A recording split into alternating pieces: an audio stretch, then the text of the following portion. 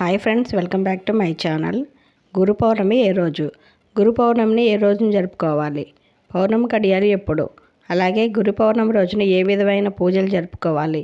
ఈ వివరాలన్నీ ఇప్పుడు మనం ఈ వీడియోలో తెలుసుకుందాము. ఆషాఢ మాసంలో గురు పౌర్ణమి వస్తుంది. అయితే గురు పౌర్ణమి అనేది 2 రోజులు వస్తుంది. జూలై 20, 21వ తేదీ పౌర్ణమి గడియలు పూర్తిగా ఉన్నాయి. 20వ తేదీ శనివారం సాయంత్రం 5:23 నుండి పౌర్ణమి ప్రారంభమైంది. అలాగే 21వ తేదీ ఆదివారం పౌర్ణమి సాయంత్రం 4:15 వరకు మాత్రమే ఉంది. అయితే నార్త్ ఇండియా సూర్యోదయ కాలానికి ఏ తిథి ఉంటే ఆ రోజున చేసుకోమని నార్త్ ఇండియా వాళ్ళు పాటిస్తారు. కాబట్టి వాళ్ళు గురు పౌర్ణమిని ఆదివారం అని పెట్టుకున్నారు.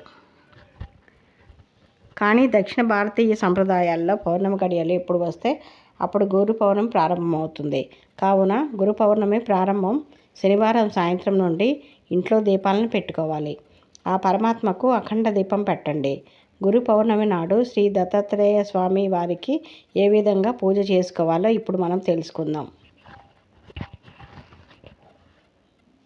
సాయంత్రం ఒక బూడిద గుమ్మడికాయని అడ్డంగా కోసి గుజ్జు తీసేసి అందులో నువ్వుల నూనె పోసి అఖండ దీపాన్ని వెలిగించండి.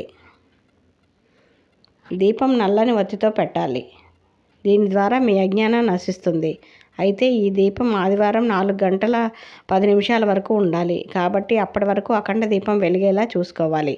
ఈ పౌర్ణమి సమయంలో గురు దత్తాత్రేయ స్వామి వారిని, అలాగే జగద్గురు అయిన శ్రీ ఆది శంకర స్వామిని వారిని మరియు శ్రీకృష్ణ పరమాత్ముడిని, దక్షిణామూర్తి రాఘవేంద్ర స్వామి, పోతులూరి వీరబ్రహ్మేంద్ర స్వామి వారిని పూజించుకోవాలి. స్వామివారి ఫోటోని పెట్టుకొని పువ్వులతో అలంకరించుకోవాలి. గురు పౌర్ణమి ఎప్పుడంటే ఏ సమయంలో పూజ చేసుకుంటే మంచిది? ఒక కలశాన్ని తీసుకొని దానిపైన కొబ్బరికాయను పెట్టండి. దానికి ఒక ఎర్రటి జాయిటి గుడ్డను చుట్టండి. దానికి ఒక పసుపు కొమ్మును కట్టి దానిని తమలపాకుల మీద నిలబెట్టండి. ఆ కలశంలో కొన్ని నీళ్లు, కుంకుమ, అక్షింతలు వేయండి. శ్రీ దత్తాత్రేయ స్వామి వారిని పారాయణం చేసుకోండి.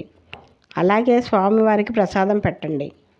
లేదా ప్రసాదంగా పండ్లను లేదా పాలను స్వామివారికి సమర్పించవచ్చు. పూజ చేసుకునేటప్పుడు ఈ మంత్రాన్ని జపించవలను.